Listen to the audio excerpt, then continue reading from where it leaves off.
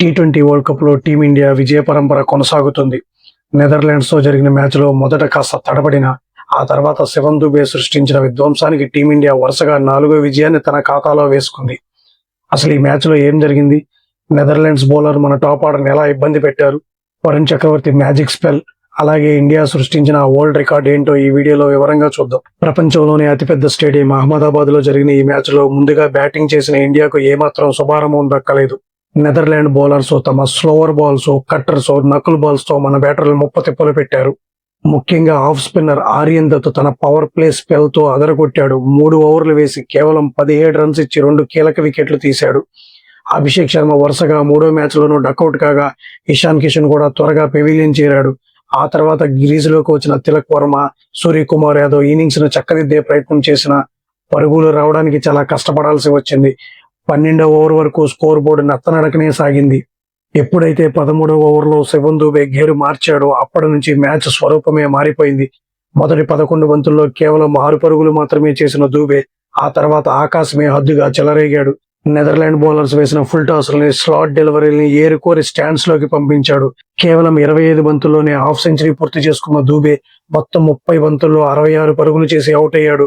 Last over లో హార్దిక్ పాండ్యా కూడా 3 సిక్సర్లు కొట్టడంతో చివరి 5 బంతుల్లో ఇండియా ఏకంగా 75 పరుగులు రాబట్టింది. దీంతో నిర్ణీత 20 ఓవర్లో 6 వికెట్ల నష్టానికి 193 పరుగుల భారీ స్కోరు సాధించింది మన ఇండియా. 194 పరుగుల టార్గెట్ తో బరిలోకి దిగిన నెదర్లాండ్స్ కూడా గట్టిగానే పోరాడింది. పవర్ ప్లేలో వికెట్ పడకుండా జాగ్రత్త పడుతున్న మ్యాక్స్ డౌట్ ని 6వ ఓవర్లో వరుణ్ చక్రవర్తి క్లీన్ బౌల్డ్ చేశాడు. ఆ తర్వాత కొలిన్ అకర్మ్యాన్ 2 సిక్సర్లతో మ్యాచ్ ని ఉత్కంఠగా మార్చే ప్రయత్నం చేయగా వరుణ్ చక్రవర్తి వరుస బంతుల్లో అకర్మ్యాన్, ఆర్యన్ దత్తుల్ని పెవిలియన్ కి పంపాడు. చివర్లో నోహా క్రాస్, జాక్లోయన్ క్రోచెట్ కాస్త పోరాడి ఓటమి అంతరాన్ని తగ్గించారు. చివరికి నెదర్లాండ్స్ 20 ఓవర్లో 176 పరుగులకే పరిమితమై 17 పరుగుల తేడాతో ఓటమి పాలైంది. వరుణ్ చక్రవర్తి 14 రన్స్ ఇచ్చి 3 కీలక వికెట్లు తీసి నెదర్లాండ్ నడ్డి విరిచాడు. ఈ మ్యాచ్ ద్వారా కొన్ని ఇంట్రెస్టింగ్ రికార్డ్స్, స్టాట్స్ కూడా నమోదయ్యాయి. అవేంటంటే టీమిండియా ఇప్పుడు వరుసగా 12 వరల్డ్ కప్ మ్యాచ్లు గెలిచి సరికొత్త రికార్డును సృష్టించింది. గతంలో సౌత్ ఆఫ్రికా 8, ఆస్ట్రేలియా 8 పేరిట ఉన్న రికార్డును అధిగమించింది. ఒకే టీ20 వరల్డ్ కప్ ఎడిషన్ లో అత్యధిక బౌలర్లు 12 మందిని ఉపయోగించిన జట్టుగా టీమిండియా నిలిచింది. అలాగే ఈ మ్యాచ్ లో ఏకంగా 7 బౌలర్లు ఇండియా ప్రయోగించింది. ఈ టోర్నీలో ఇండియా ఇప్పటి వరకు 9 క్యాచ్లను నేలపాలు చేసింది. ఐర్లాండ్ 10 క్యాచ్ల తర్వాత అత్యధిక క్యాచ్లను వదిలేసిన జట్టుగా మనదే కావడం గమనార్హం. ఇది ఫీల్డింగ్ కోచ్ కి ఖచ్చితంగా ఆందోళన కలిగించే విషయమే.